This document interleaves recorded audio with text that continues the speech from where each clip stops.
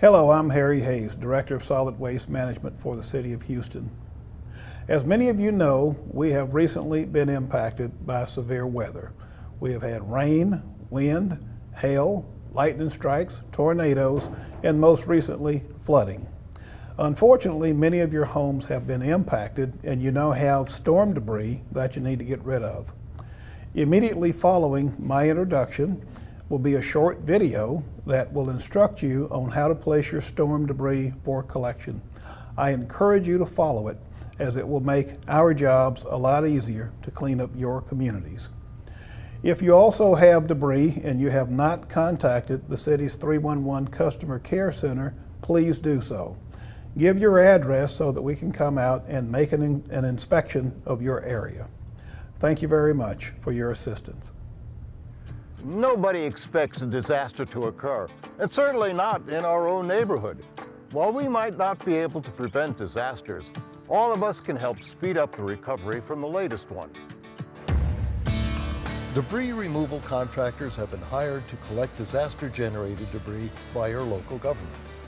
Debris removal crews aren't allowed to come onto your private property, so it's important that you set your debris along the right-of-way and separate it according to debris type.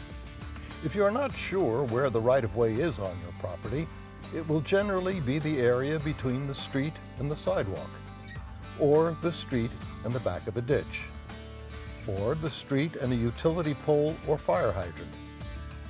If you're still unsure, place the debris as close to the street as possible without going onto the pavement, and keep the piles from going more than about 10 feet onto your property. Be sure to avoid stacking debris against trees or poles, or on top of fire hydrants, utility boxes, or storm drains. Okay, now that you know where to put debris, let's talk about what debris is eligible for removal. You must make a separate pile for each type of debris. Mixing debris types may cause the debris removal crews to skip your house.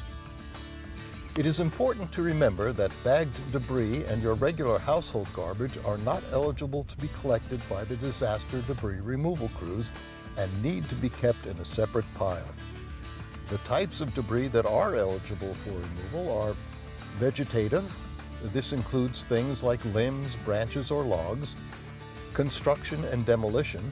This includes drywall or other building materials, fencing, and carpets or furniture. Appliances, which are also referred to as white goods. This includes things like washers and dryers, hot water heaters, or refrigerators. Make sure you secure it before putting it on the right-of-way to avoid curious animals or even kids getting into them. Electronics. This includes things like computers, televisions, VCRs, stereos, or other electronics that have a cord. Household hazardous waste. This includes things like paints, oils, batteries, pesticides, or cleaning supplies. Debris types are collected separately and sometimes a few days apart, so don't worry if the first truck you see doesn't pick up all your debris.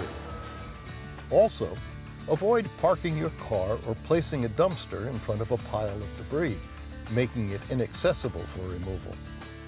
Following these guidelines will allow the debris removal contractors to move through your neighborhood efficiently. Proper curbside debris separation means a speedier recovery for our community. We're all in this together.